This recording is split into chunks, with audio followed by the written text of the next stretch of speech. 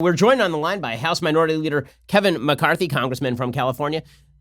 Representative McCarthy, thanks so much for joining the show. Really appreciate it. Ben, thank you for having me back. It's an honor. So why don't we start with your reaction to the latest developments in Iran? It is incredible to me to watch the Democrat and media narrative, which is that apparently now the only reason that war was averted is because the Iranian regime is rational, whereas President Trump is a madman. This is pure insanity. He was using basic deterrence strategy that has been a hallmark of American foreign policy for literally generations. And now apparently because that worked, and this gave the lie to the idea that we had to pay off the Iranians to be nice guys, they're going to move on to their secondary defense of Obama's nuclear deal and Obama's appeasement strategy, which is that Trump is crazy, but the Iranians are rational. Would you ever think for a moment that in a time like this, that one political party would defend Iran over America, that would defend a terrorist who had killed more than 600 soldiers? What do they say to those Gold Star mothers?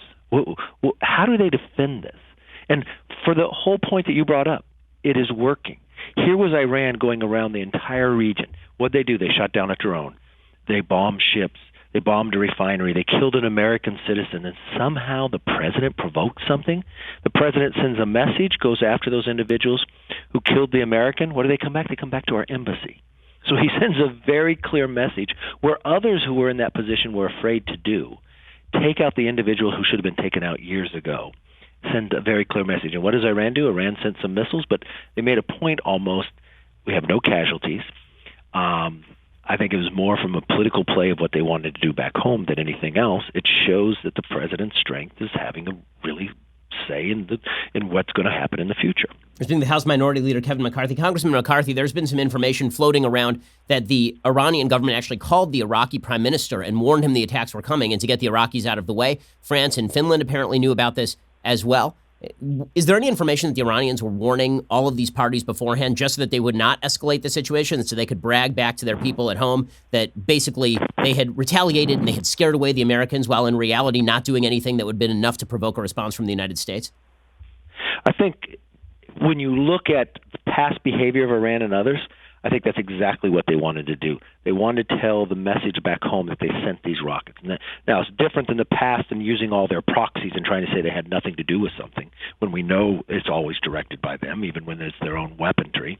But now to send it from Iran, say to the Iranian people that they shot back, but making a point to make sure that they don't harm anybody at the same time.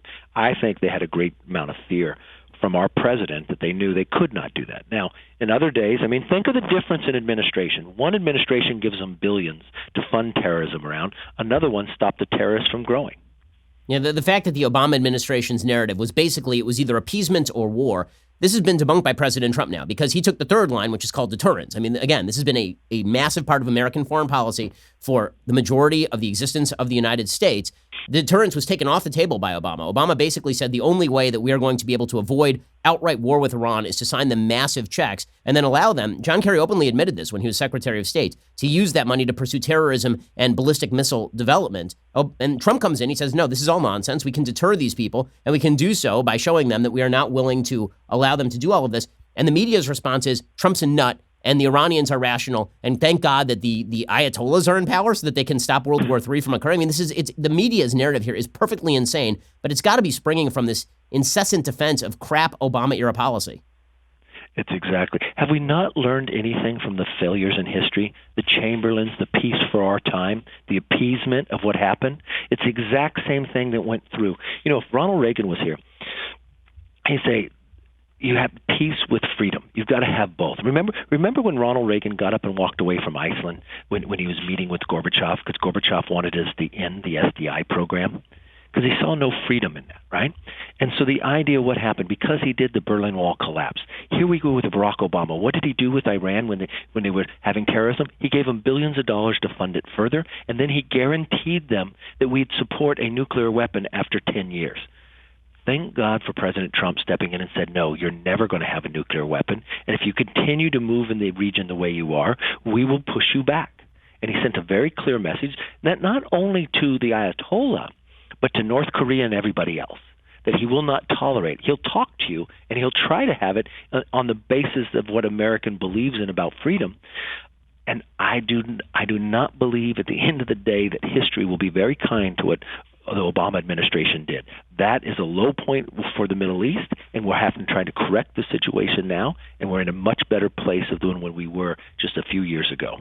House Minority Leader Kevin McCarthy. So, Congressman McCarthy, one of the slim reads that the Democrats and the media have now been relying upon, now that World War III, which was never imminent, is still not imminent. Now they are relying on the idea that the killing of Qasem Soleimani was violation of international law, suggesting that there was no imminent threat that took place from Soleimani. First of all, you don't need an imminent threat in order to kill a terrorist. You can actually just kill a terrorist. But beyond that, have you been privy to any intelligence about the supposed imminent threat that was taking place from Soleimani? We know he'd been involved, obviously, in the attack on the U.S. Embassy in Baghdad. He was in Iraq coordinating with the forces that had actually attempted to burn the embassy. Were there more imminent threats in place?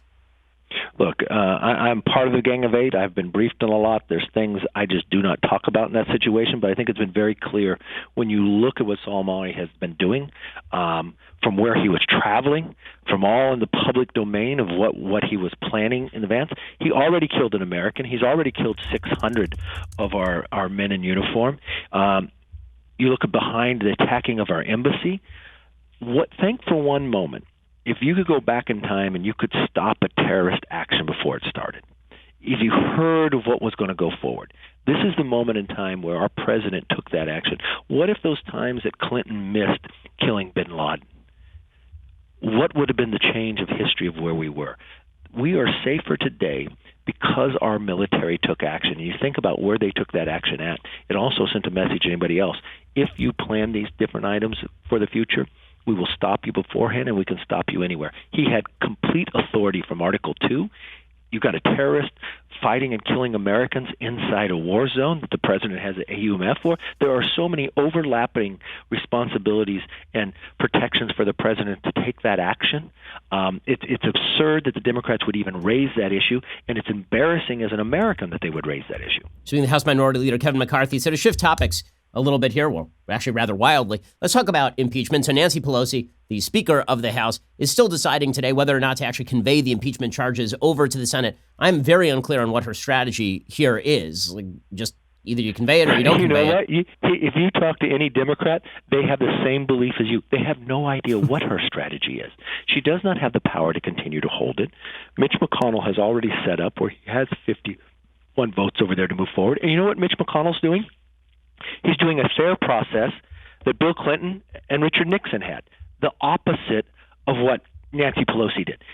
Her case is so weak, she wants to change the structure, make it an unfair process, and now they're asking to have witnesses that in the House, the Democrats had all majority to pick whoever they wanted to, didn't even subpoena Bolton, but now they think they have to have it in the Senate. It just shows how weak this case is and why this shouldn't even go forward. And really an underlying thing that I believe your listeners should start looking at. As we're talking about Iran and others, think about the committee that has the jurisdiction and the responsibility of protecting America from all these different things, the Intel Committee. But what has the Intel Committee been since it's been under the majority of the Democrats? It's been the Impeachment Committee with Adam Schiff. How many things have we missed because we did not have the time to focus on them, of keeping America safe, when they had to take it out of Nadler, put it in another committee just to change the structure in the system to try to ramrod something that was the weakest, thinnest, and fastest impeachment in the history of this country? I mean, speaking of democratic foreign policy, this is the same Speaker of the House who decided it would be a wonderful idea to put Congresswoman Ilhan Omar on the House Foreign Affairs Committee.